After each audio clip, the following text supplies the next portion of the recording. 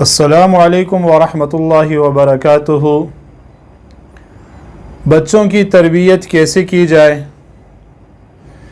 جی ناظرین کرام، میں ہوں محمدی خان اور آپ دیکھ رہے ہیں محمدی خان چینل۔ بچوں کی تربیت کا معاملہ ایک انتہائی پیچیدہ اور ایک بہت اہم مسئلہ ہے۔ ہر ذمہ دار اور ہر نگران پر اپنے متعلق ماتحتوں کی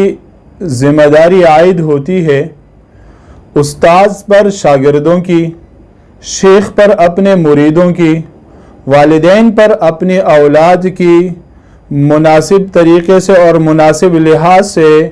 ان کی تربیت کی ذمہ داری عائد ہوتی ہے، اور ان کی صحیح طریقے سے تربیت کرنا لازمی اور ضروری ہے۔ جناب نبی کریم صلی اللہ علیہ وسلم نے ارشاد فرمایا، الا کلکم راع وکلکم مسئول عن رعیتہ۔ مسلمانوں خبردار، تم میں سے ہر ایک نگران ہے، ہر ایک نگہبان ہے، ہر ایک حکمران ہے، اور اس سے اس کی رعیت کے بارے میں اس کی نگہبانی اور اس کی نگرانی اور اس کی سربراہی اور حکمرانی کے بارے میں پوچھا جائے گا، اور قیامت کے دن اس کو جواب دہی کرنی پڑے گی۔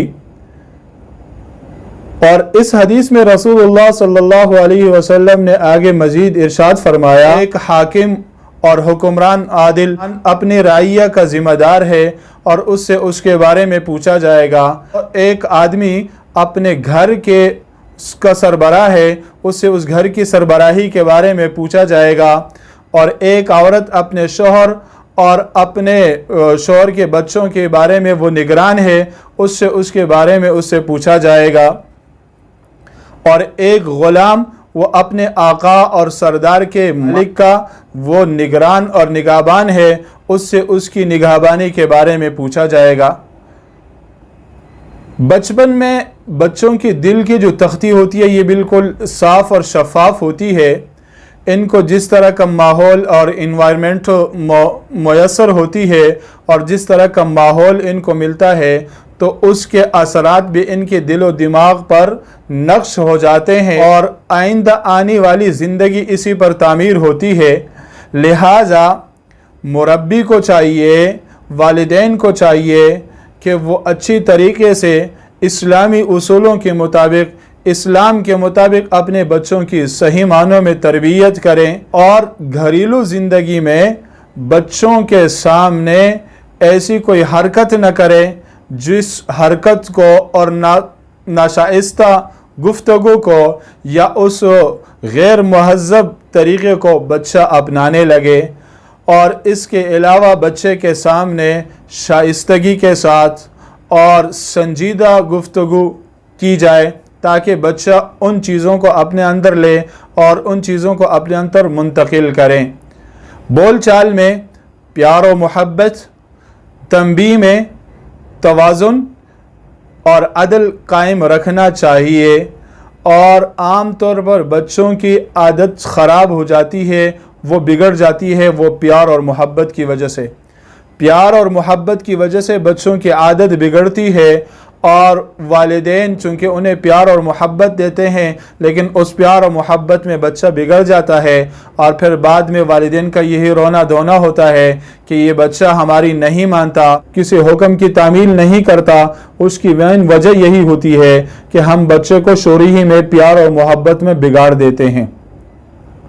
اور چونکہ بچہ آپ کو پتہ ہے کہ اس کی آنکھ بچپن میں کیمرے کی طرح کام کرتی ہے، غیر محسوس طریقے پر بہت ساری ایسی عادات جو بڑے کرتے ہیں، یعنی بچہ اس کو دیکھتا ہے، سنتا ہے اور ان عادات کو اپنے اندر لے آتا ہے۔ تو لہٰذا ہم نے بچوں کو ایک صاف ستھرا اور اچھا تہذیب کا اور شائستگی کا ماحول فراہم کرنا ہے تاکہ بچے اچھے اثرات اپنے اندر منتقل کریں اور اچھی باتوں کو ایکسپٹ کریں۔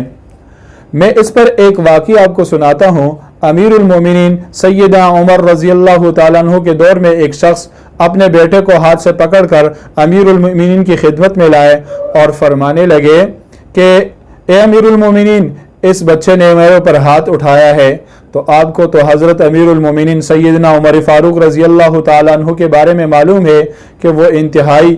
غصے والے اور جذبات والے شخص تھے، تو انہوں نے فوراً ان کو گریبان سے پکڑ لیا، کہا کہ کوئی باپ پر بھی ہاتھ اٹھاتا ہے؟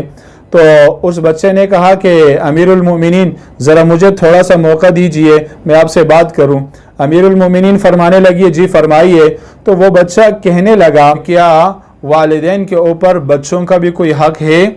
تو امیر المومنین فرمانے لگا جی ہاں، سب سے پہلا حق یہ ہے کہ جب بچہ پیدا ہو جائے تو اس کے دائیں کان میں اذان کہی جائے، بائیں کان میں اقامت کہی جائے، اور جب وہ تھوڑا سا بڑا ہو جائے تو کسی بزرگ کے پاس، دینی شخص کے پاس لے کے جائیں، تاکہ وہ کھجور یا چھوارے اپنے منہ میں چبا کر اس بچے کے منہ میں ڈال دے، تاکہ اس کے دینی برکات اور اثرات وہ اس بچے کے اندر منتقل ہو۔ اور اس کے بعد جب پھر وہ 7 دن کا ہو جائے تو اس کا عقیقہ کیا جائے، اس کے سر کے بال منڈوائے جائیں، اور اس طرح چلتے چلتے پھر آگے یہ اس کا اسلامی نام رکھا جائے، اور پھر جب وہ بڑا 7 سال کا ہو جائے تو اس کا نماز کا حکم، تقریباً یہ تمام جو بچوں کے حقوق تھے امیر المومنین نے اس کے سامنے بیان کر دیا۔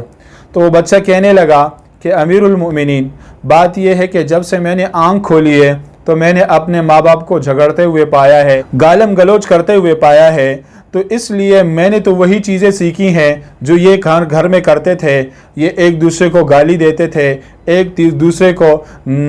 نازیبہ الفاظ استعمال کرتے تھے، غیر مہذب گفتگو ہوتی تھی، تو وہی چیز میں نے انہی سے سیکھی ہے۔ مجھے انہوں نے ماں باپ کے حقوق ہی نہیں سکھائے۔ اور میں جب تھوڑا بڑا ہوا تو انہوں نے مجھے ایک لاٹھی دی اور کہا کہ اس سے جاؤ اور بکریوں کو چراؤ، تو مجھے ماں باپ کا کیا حقوق کا کیا معلوم ہے؟ مجھے کیا معلوم ہے کہ ماں باپ کا کتنا بڑا مرتبہ ہے؟ اور پھر یہ کہ میرا نام بھی انہوں نے رکھا ہے جوال۔ جوال جو ہے یہ گوبر کے ایک کیڑوں کو کہتے ہیں، دیہات میں یہ کیڑا ہوتا ہے، یہ گوبر سے ایک گولی بناتا ہے اور اس کو گرا کے لے کے جاتا ہے، تو جتنا وہ گندا ہے اور گندگی میں رہتا ہے اتنا ہی میرا نام گندا رکھا ہے، تو مجھے کیا معلوم کہ ماں باپ کے حقوق کیا ہے؟ تو میرے دوستوں اور سامعین، یہ قصے سے ہمیں یہی عبرت حاصل کرنی چاہیے اور لینی چاہیے کہ ہم بھی اپنے بچوں کی صحیح تربیت کریں، اسلام کے مطابق ان کی تربیت اور پرورش کریں۔ انشاءاللہ العزیز بعد میں پھر یہ رونا دھونا نہیں ہوگا۔ بہت سارے لوگ کہتے ہیں ہمارے بچے فرمان بردار نہیں ہیں، ہمارے بچے ہمارا کہنا نہیں مانتے، ہمارے بچے اسلام کی طرف راغب نہیں ہو رہے، ہمارے بچے دینی ماحول کی طرف نہیں آ رہے۔ اس کی سب سے بڑی وجہ یہ ہے کہ ہم نے شروع ہی سے بچے کو تھوڑا سا آزاد رکھا، اور پھر جب وہ بعد میں ہمارے ہاتھ سے نکل گیا تو پھر ہم نے اس کے لیے علماء سے رابطہ کرنا شروع کیا کہ اس کے لیے یہ دم کریں، اس کے لیے یہ تعویذ دیں، اس کے لیے۔ حقیقت میں بات یہ ہے کہ بچے کے شروع سے صحیح تربیت کرنی چاہیے۔ جب بچے کے شروع سے اسلامی اور درست تربیت کی جائے تو آپ نے گویا بیسک اور بنیاد کو درست کیا ہے، انشاءاللہ اس پر کھڑی ہونے والی عمارت آخر تک بھی درست رہے گی۔ لیکن اگر شروع میں ہم نے بچے کے اخلاق کو بگاڑ دیا اور اس کی صحیح تربیت نہ کی تو آخر تک پھر یہ عمارت ٹیڑھی اور خراب اور کچی ہوتی چلی جائے گی۔ تو میری آپ سے درخواست یہی ہے کہ اپنے بچوں کو اسلامی اور صحیح اصولی تربیت دینی چاہیے۔ ایک بات اور آپ سے عرض کرتا ہوں کہ ایک ہمارے اندر بیماری یہ ہے کہ ہم اپنے بچوں کی غلطیوں کو ماننے کے لیے تیار نہیں ہوتے۔ مثال کے طور پر پڑوس میں کچھ ہو گیا بچوں کے اندر، یا کوئی ایسی کچھ بات آ گئی یا تکرار کی نوبت آ گئی، اور جب اگلا والا وہ آ کے گیلا شکوہ کرتا ہے تو آگے سے والدین کہتے ہیں ہمارا بچہ وہ تو کبھی ایسا نہیں کرے گا، ہم نے اپنے بچے کو کبھی ایسا نہیں دیکھا۔ وہ بچہ تو والدین کے سامنے کچھ نہیں کرتا، لیکن جب والدین موجود نہیں ہوتے تو وہ بہت ساری شرارت کرتا ہے۔ اس لیے اپنے بچوں کے سر کی قسم کھانا، اپنی بچوں کی صفائی دینا یہ اچھی بات نہیں ہے، بلکہ معذرت کر لیں۔ اور ظاہر بات ہے بچے ہوتے ہیں تو وہ کچھ بھی کہہ سکتے ہیں، کچھ بھی کر لیتے ہیں، تو لہٰذا اگلے سے معذرت کر لینا اور معافی مانگ لینا یہی اچھی بات ہے۔ اسی میں ہی آدمی کی کامیابی ہے۔